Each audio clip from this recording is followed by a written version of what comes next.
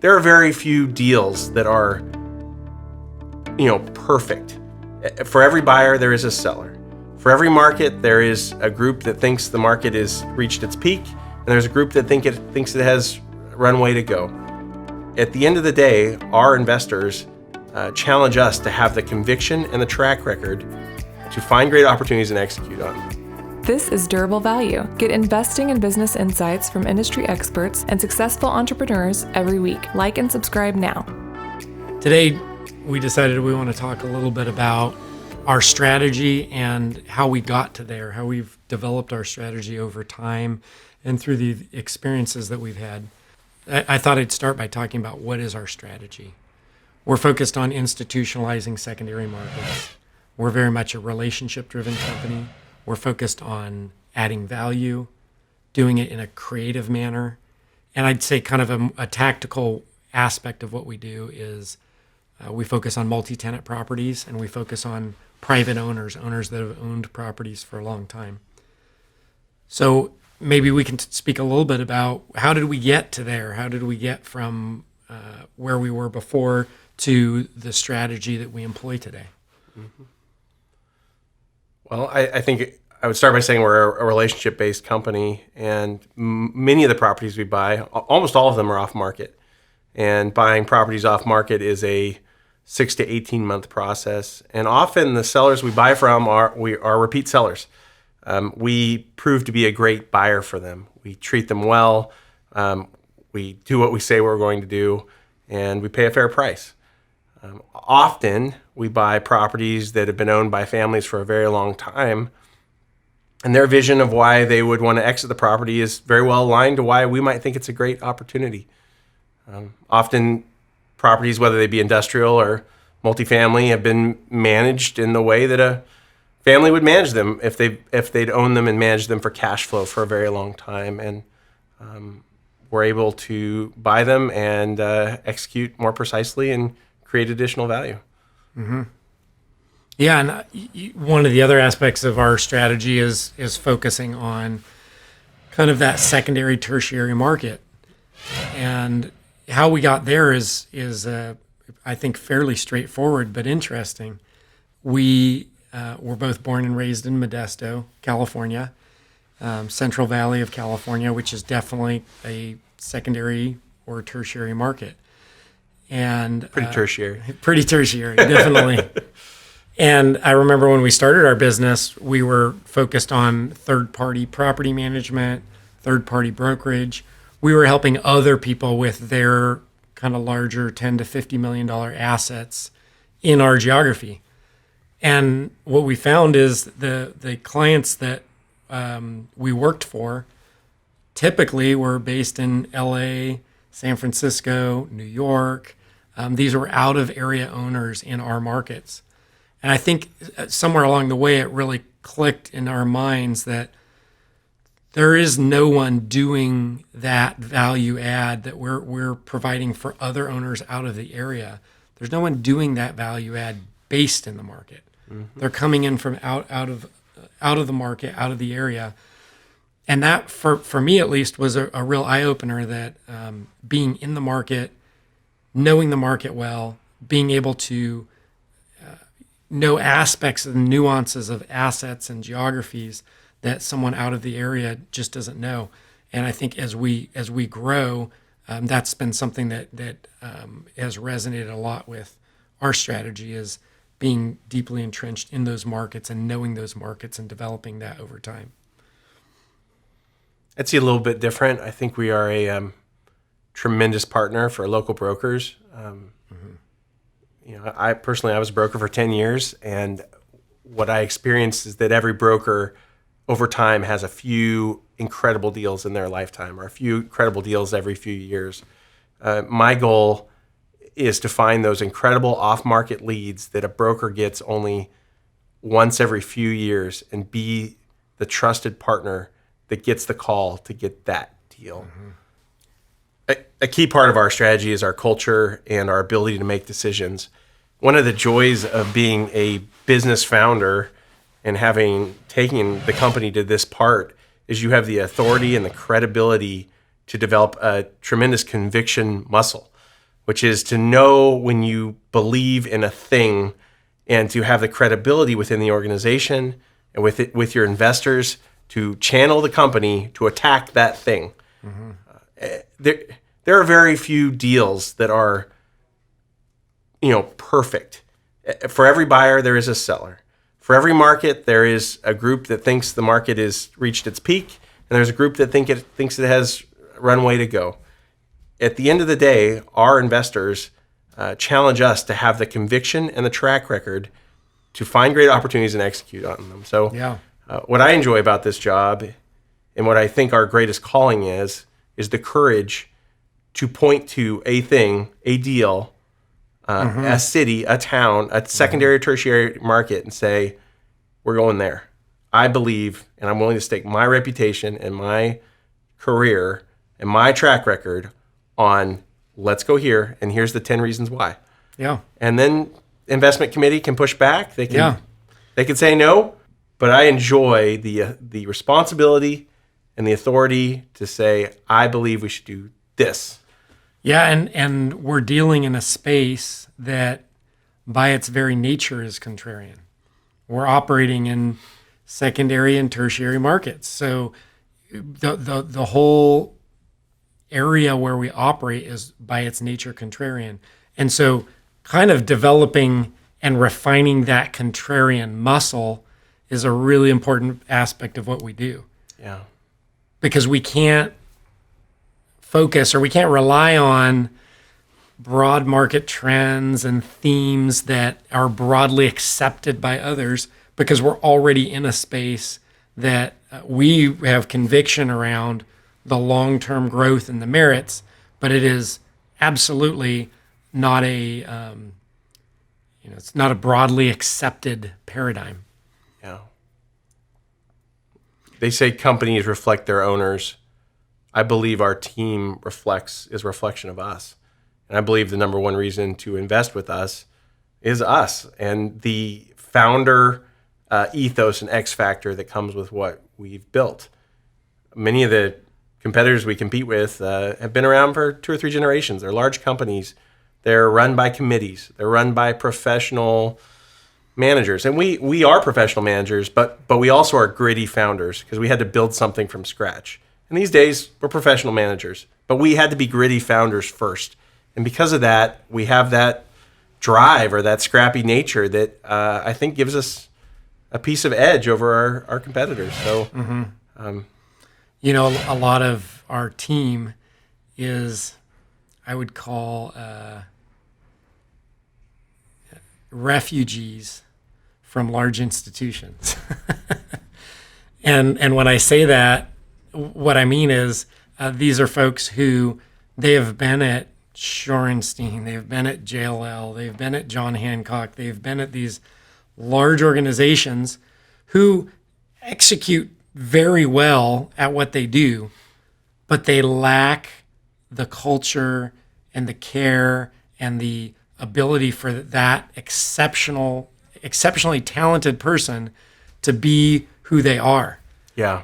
And so, kind of tying this back to our strategy, one of our focuses is being institutional in everything that we do.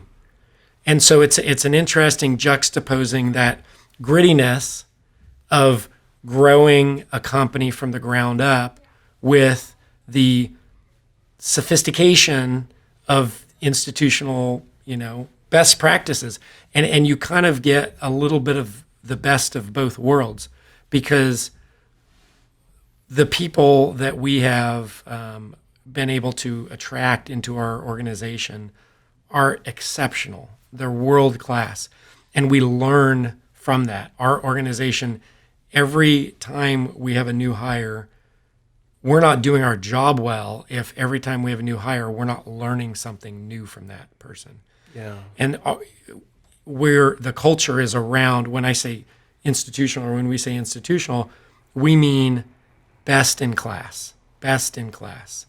So we have the opportunity, or we have the ability, and in fact, we do act in an institutional way, but we have an entrepreneurial, a founder's mindset. Mm-hmm. And I think that's what serves our investors, because we can deliver their needs at an institutional scale and sophistication but we can achieve results that come with that founder's mindset. Well, and some of the strategies we employ, dynamic rent pricing, green auditing, artificial intelligence and HVAC. There's a whole slew of kind of what I'd call tools or arrows in the quiver that we employ on properties because of the background, expertise, knowledge that we and our team members have. Yeah. So we're able to employ these very sophisticated tools in what we do, and it ultimately allows us to yield better results than would another kind of local boots on the ground operator competitor. But we also have the flexibility and the entrepreneurialness to be able to allow those new ideas, those new thoughts to rise to the surface without being pushed down by a more kind of top-down, bureaucratic, larger organization. Do you want to talk a little bit about one of the other aspects of our strategy is I would say a preference toward multi-tenant or highly multi-tenant properties, which is a little bit, counterintuitive in kind of the broader institutional market. It's large floor plates, credit tenants, easy to manage, long lease durations. We have a tendency and a preference toward multi-tenant. How did that evolve? And why do we like that? Well, we're trying to manage supply and demand in secondary markets. We're also trying to maintain a defensive posture as a landlord. So we're looking for areas where, as a landlord, we have an advantage. These tend to be lower TI properties. Often that's industrial or multifamily. These tend to be very multi-tenant properties where there isn't a tenant or two or three that can break us. We look for properties where we can create a community where we can improve the overall asset in such a way that the network of tenants, apartment, office, retail, industrial, is enhanced by the overall asset and the community that's created there. Mm-hmm. We are experts at creating leadership within a community, and that means leading with capital so that the asset is improved, that it's a great place to be. That means leading with communication and connecting with tenants in such a way that they feel like, this building is well led. This is the kind of place I want to be. Mm-hmm. If a light goes out, I know who to call and I know it will be fixed. And then once we've created that community, once we've led with capital and developed the asset, and once we've worked with tenants that are in a community, not where they're the boss, but where they're in a community and being in a community is important for them, now we can... now we have pricing power. Yeah. Not to be unfair, but to value what we have created. Yeah. I mean, that is fundamentally what we do. We make the community better, and we reflect that in the price, and it's a fair deal. Yeah, and I'd say kind of getting to where this strategy evolved, particularly in the office market, I would say this strategy was crystallized during COVID. Because during COVID, a few things we learned. We looked at our office portfolio, and we have some properties that have large tenancies and other properties that have a lot of small tenancies. And we looked at our portfolio, and the properties that performed the best through, if you pick an asset class that was most stressed by COVID outside of hotels, it was probably office. Everybody left. They were gone. And so you look at an asset class that had this large external shock to it, and the assets that performed well in that environment were the highly multi-tenant. Those are the ones that a lot of times you're not dealing with credit tenancies. You're dealing with mom and pops. You're dealing with smaller regional companies, some national, but those are the companies that had a stronger need to be operating in the most effective way possible. And in the markets where we serve, you're not dealing with long commute times. You're not dealing with high cost of real estate. You have all these factors that make people more comfortable getting back in the office. But these multi-tenant properties allowed us optionality. If we had one tenant that's growing and expanding, we can accommodate that. We have another tenant that's downsizing or moving out, we can accommodate that. When you have these large floor plate, single tenancies, or a few large floor plate tenants, much harder to be flexible in that environment. We prefer flexibility over kind of rigidity in our investments. Mm-hmm. The other thing that we noticed is we have an asset that we're getting to full stabilization right now that involved a heavy TI component. We bought the building 33% occupied. We're getting it up to the 80 high 80% occupancy level.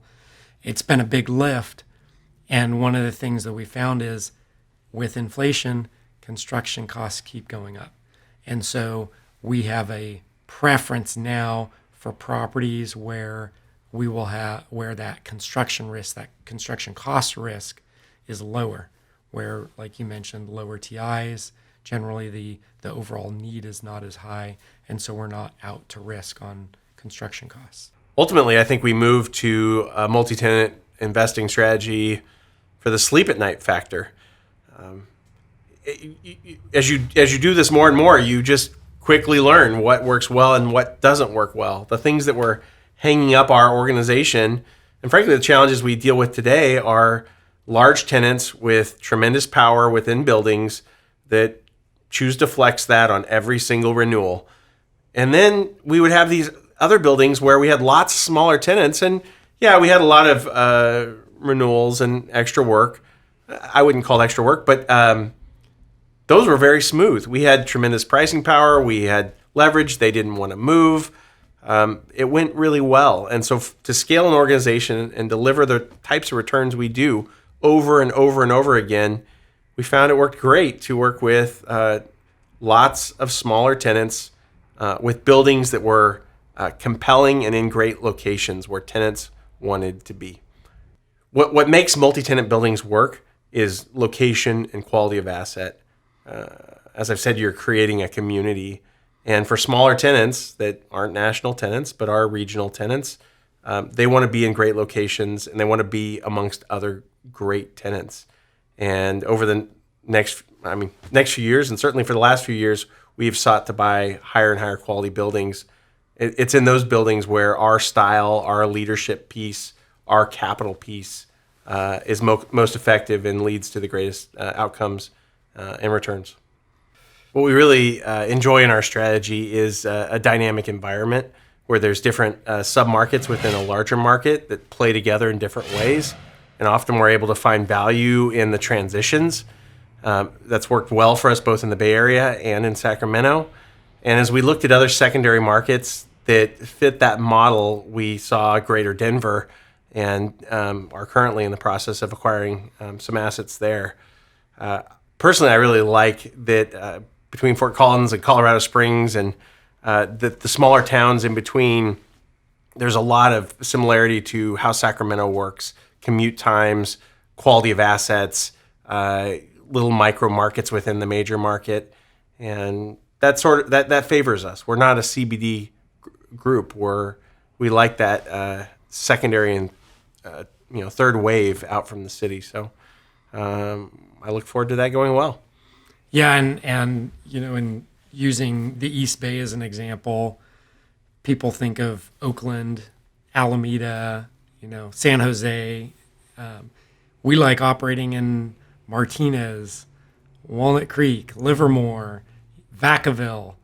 And so as we look into the Colorado market, again, it's kind of these aspects of the market that are less developed. It's not the Boulder, Colorados of the world. It's the Greeleys and the Fort Collins and the Auroras that where we find interest. And that's, again, just based on our experience in the Central Valley. Thank you for listening to Durable Value, an investors podcast, where we demystify commercial real estate with safe, sound investment strategies to help you balance your portfolio. If you enjoyed this podcast, be sure to rate it on iTunes or wherever you get your podcasts. To learn more, visit GresetaPartners.com, where you'll find more information, investors tools, case studies, and more. This podcast is hosted by Joe Muratori and Ryan Suela. It's produced, edited, and mixed by Melodic, with intro music by Ian Post. Thanks again for listening, and we'll see you next time.